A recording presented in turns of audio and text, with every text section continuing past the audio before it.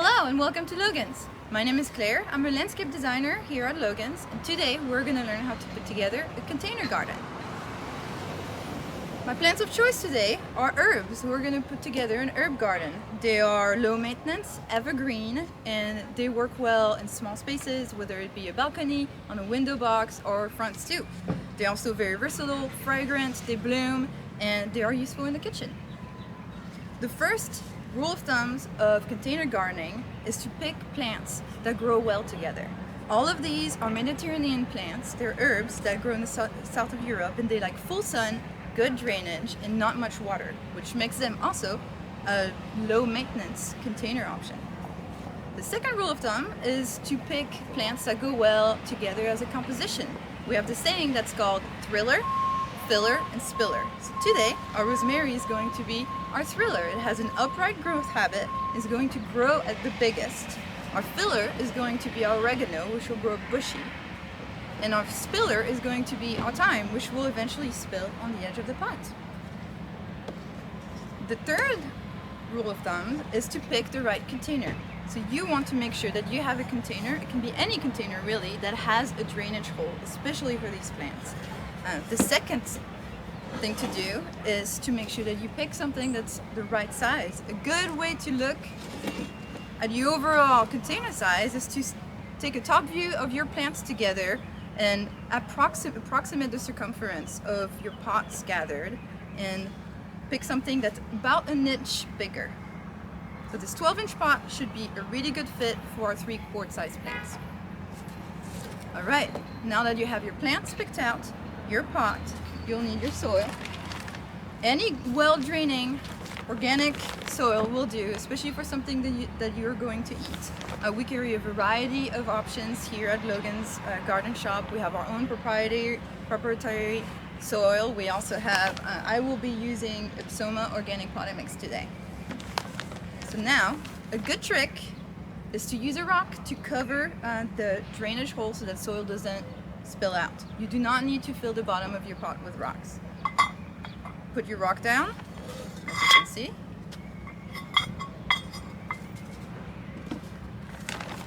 Fill it up about halfway, given the height of your plants.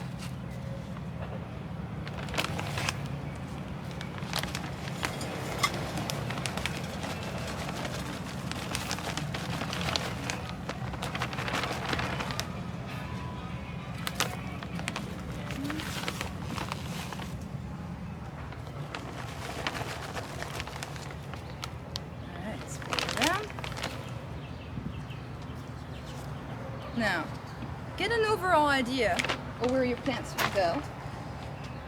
Every plant has a good side. I think this one will look good.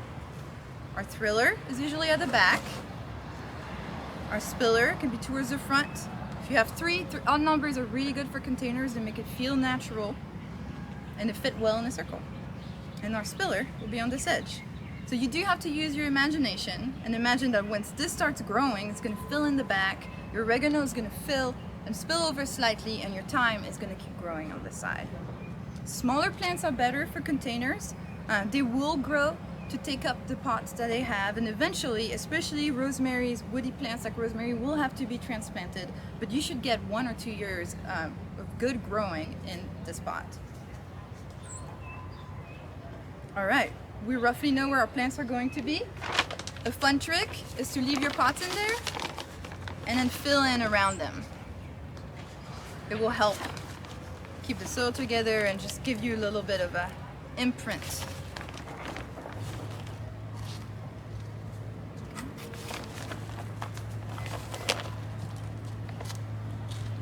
Fill in the gap. It smells lovely.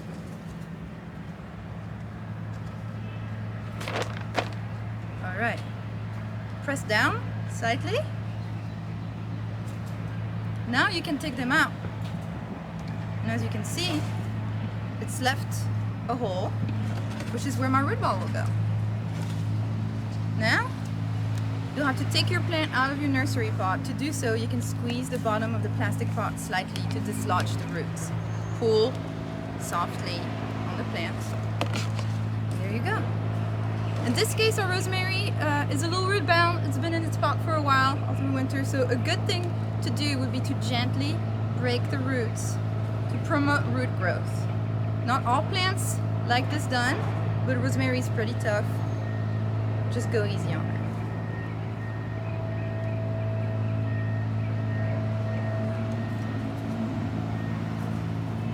Put it in its hole, fill it around, press slightly, not too much, and repeat. Usually flip them inside out, tap the bottom if it has trouble coming out. Oregano doesn't need much prying, has really healthy roots. Just fits in its little hole. Same first time.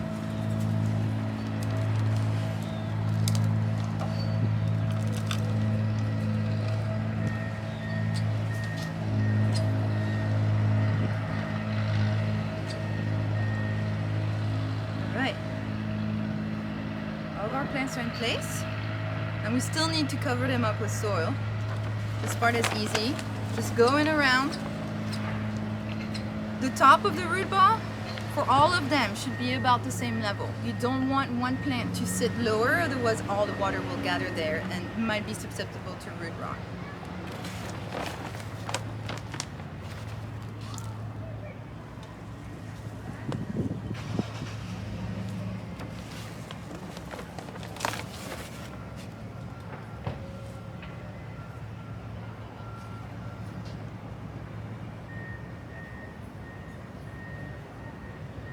Once again, press slightly, not too much. You do not need to pack in your soil. I like to leave about half an inch to an inch of lip between the top of the soil surface and the edge of my pot.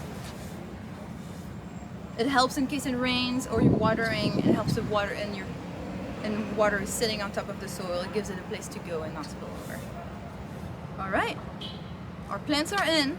They've been slightly packed. Now all they need is a good drink. That is key. To water them immediately after potting. You've exposed their roots. They've been dislodged. They need a hand.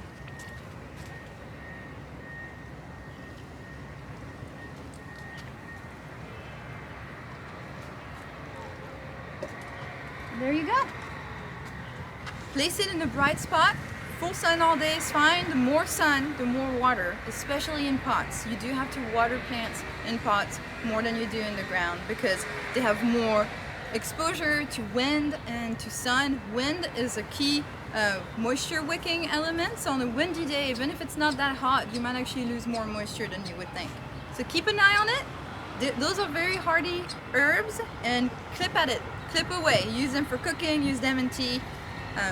The more you clip, the more they'll grow and they'll be happy. Eventually you will see when it starts being big and it start needing water more often, that means it is time to repot it, but that shouldn't be for another year or so, if not two.